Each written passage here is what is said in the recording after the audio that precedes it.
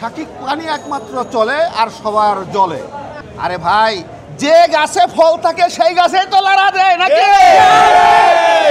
Definitely এটা তো আজকে থেকে না, এবং ভাষা আন্দোলনের পরের থেকে, 52 ভাষা আন্দোলনের পরের থেকে ইন্ডিয়ারা চক্রান্ত করে বাংলা চলচ্চিত্রকে ধ্বংস করার জন্য এই লেসপেন্সারগুলি পয়দা করছে।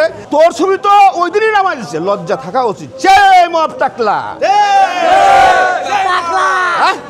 যে গাছে ফল থাকে সেই গাছেই তো লড়া দেয় নাকি?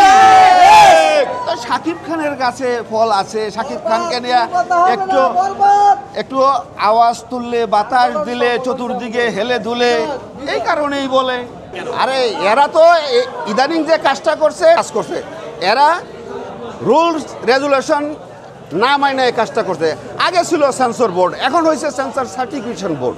তো so that sensor certification board মানে হচ্ছে ওখানে যাবে আর তারা সার্টিফিকেট দিয়ে দিবে, ওইটার গ্রেড কোনটা পরে এ বি সি ডি অমুক তমুক এটা দিয়ে দিবে। কিন্তু তারা এটা না করে সামবডি তাদেরকে ইনসিস্ট করছে, হাওয়া দিছে যে এটাকে আটকাও, ঠিক আছে? তো তারাও তাদের সাধ্য মতো চেষ্টা করছে। হ্যাঁ, ডেফিনেটলি শাকিব খান দেখেই তো। আরে শাকিব খানকে নিয়েই তো করবে, আপনাকে নিয়ে আলোচনা করলে কোনো কেউ কিছু বলবে, শুনবেও না, চলে যাবে। শাকিব খানকে নিয়েই তো আলোচনা হবে। মনে হচ্ছে কিনা যে বাংলা সিনেমাকে ধ্বংস করার একটা পায়তারা চলছে? ডেফিনেটলি এটা তো আজকে থেকে না, এবং ভাষা আন্দোলনের পরের থেকে, 52 ভাষা আন্দোলনের পরের থেকে ইন্ডিয়ারা চক্রান্ত করে বাংলা চলচ্চিত্রকে ধ্বংস করার জন্য এই লেসপেন্সারগুলি পয়দা করছে।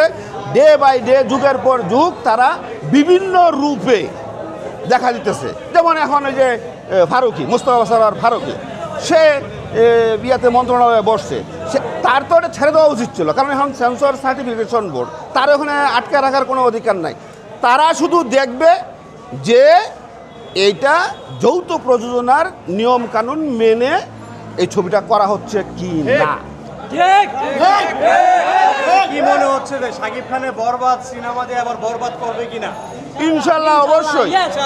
কারণটা হচ্ছে যে বরবাদ আটকানোর জন্যে অনেক চেষ্টা করছে, না পাইরা এমডি ইকবাল কালকে রাত্রেও আমি 1:30টার সময় একটা ভিডিও আপলোড দিচ্ছি, শামসু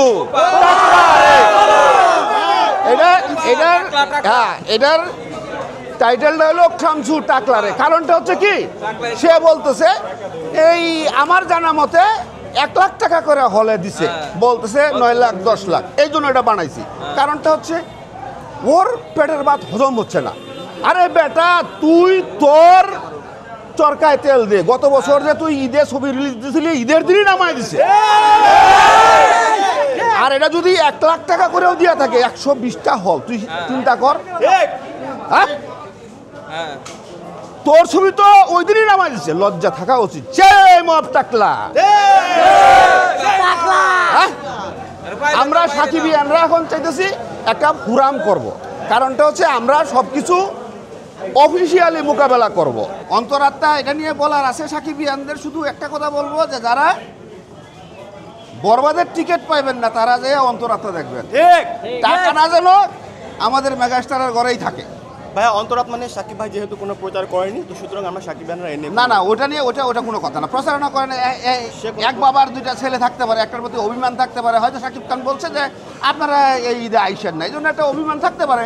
তো সেজন্য আমরা তো বাপে যদি ছেলেরে তেজ্যপুত্র করে দেয়, বাকি ভাইগুলি কি তাদেরকে তেজ্যপুত্র করে দেয়? না, আমরা সাকিবের না দেখবো।